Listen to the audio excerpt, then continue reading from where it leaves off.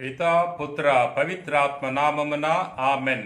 క్రీస్తునాథుని యందు ప్రియ సహోదరి సహోదరులారా, యెషయా గ్రంథము 49వ అధ్యాయము 1వ వచనం నుండి 6వ వచనం వరకు నేటి మొదటి పట్టణములో యావే దేవుని యొక్క సేవకుని గురించి చదువుకుంటున్నాం. యేసుక్రీస్తు ప్రభువే యావే దేవుని సేవకుడు. నేటి మొదటి పట్టణములో ఈ యొక్క వాక్యాలు మనం చదువుకుంటున్నాం. నేను మాతృగర్భమున పడినప్పటి నుండి ప్రభువు నన్ను ఎన్నుకొనెను.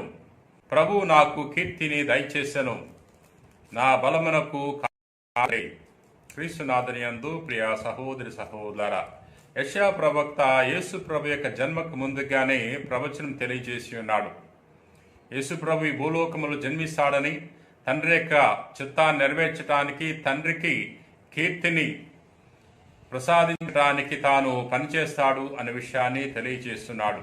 ఇక్కడ నా బలమునకు కారకుడు అతడే అనే వాక్యాన్ని మనం చదువుకుంటున్నాం.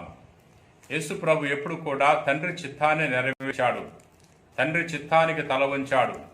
నా చిత్తము కాకుండా నీ చిత్తమే నెరవేరాలి అని కూడా ప్రభు గెత్సెమనే తోటలో ప్రార్థించి ఉన్నాడు. ప్రియ సహోదరి సహోదరులారా, మన జీవితంలో కూడా మన బలమేంటో మనకు తెలుసు.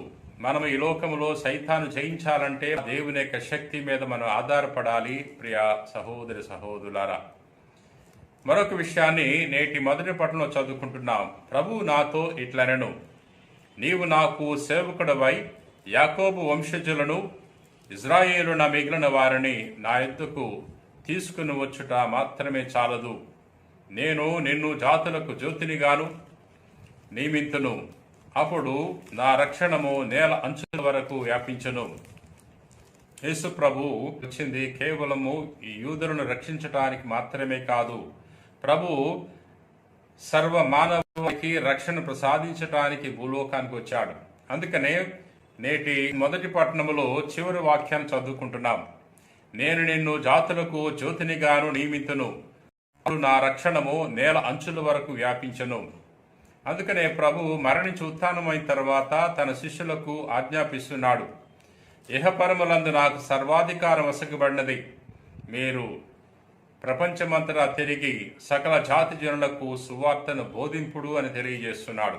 అవును, ప్రభు తీసుకొచ్చిన రక్షణము సర్వ మానవాళికి. ప్రియ సహోదరి సహోదరులారా, అందుచేత ఈ రక్షణ సందేశాన్ని మనతో పరిమితం చేసుకోకుండా ఇతరులతో పంచుకోవటానికి ప్రయత్నం చేయాలి. ప్రియా మిత్రులారా, ఈరోజు మనం ధ్యానం చేసుకునే సువిశేషము యోహాను సువార్త 13వ అధ్యాయము 21వ వచనం నుండి 33వ వచనం వరకు మరియు 36వ వచనం నుండి 38వ వచనం వరకు. యేసు ప్రభు పాస్కా పండుగకు ఒక రోజు ముందు తన శిష్యులతో భోంచేస్తున్న తరుణములో తన హృదయ ఆవేదనను తన శిష్యులకు తెలియచేస్తున్నాడు. మీలో ఒకడు నన్ను అప్పగింపనున్నాడని నిశ్చయముగా చెప్పుచున్నాను అని స్పష్టముగా పలికెను. అంతటా ఆయన శిష్యులు ఆయన ఎవరిని గురించి ఈ మాట చెప్పెనో అని సందేహించుచు ఒకరి వంక ఒకరు చూసుకొనసాగిరి. యేసు ప్రభు యూదా ఇస్కారియోతు గురించి ఈ మాటలు పలికి ఉన్నారు. యూదా ఇస్కారియోతు ప్రభుని మోసము చేశాడు, ప్రభుని ధనము కోసం అమ్మివేస్తున్నాడు. తాను గురుద్రోహి, నమ్మక ద్రోహి. ప్రభు దగ్గర ఉండి ప్రభు యొక్క శిష్యుడిగా తాను నటించాడు, కానీ ప్రభుని ప్రేమించలేదు, ధనాన్ని ప్రేమించాడు. ధనం కోసం దైవ కుమారుని అమ్మివేస్తున్నాడు. ప్రియ సహోదరి సహోదరులారా, ప్రభు తెలియజేస్తున్నాడు, మనిషి కుమారుడు గతించును, కానీ మనిషి కుమారుని అప్పగించు వానికి అయ్యో అనర్థము.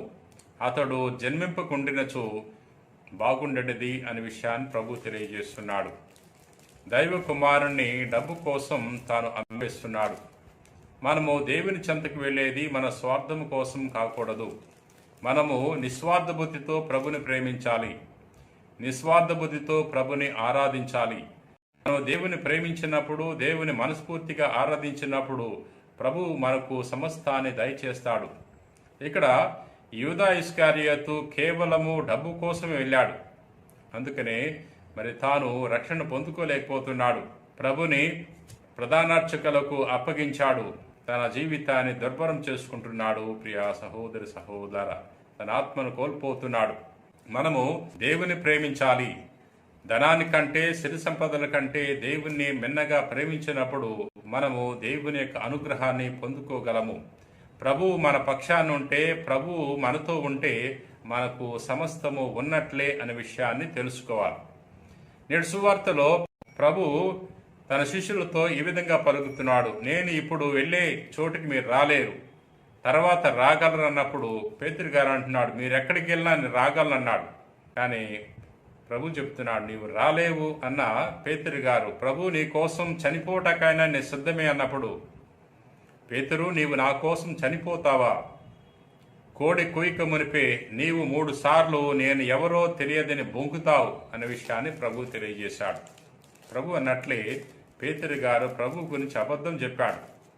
ఆయన ఎవరో నాకు తెలియదు అని 3 సార్లు బొంకి ఉన్నాడు. ప్రియ సహోదరి సహోదరులారా, కానీ పేతురు గారు చేసిన మంచి పని ఏంటంటే తాను పశ్చాత్తాపడుతున్నాడు, వెక్కి వేడుస్తున్నాడు. ప్రియలారా, మనం కూడా ప్రభుకు వ్యతిరేకంగా తప్పు చేసినప్పుడు, ప్రభు ప్రేమకు వ్యతిరేకంగా జీవించినప్పుడు పేతురు గారి వలె పశ్చాత్తాపడాలి, ప్రభు యొక్క ప్రేమను పొందుకోవాలి. ప్రియ సహోదరి సహోదరులారా, ప్రార్థన చేసుకుందాం.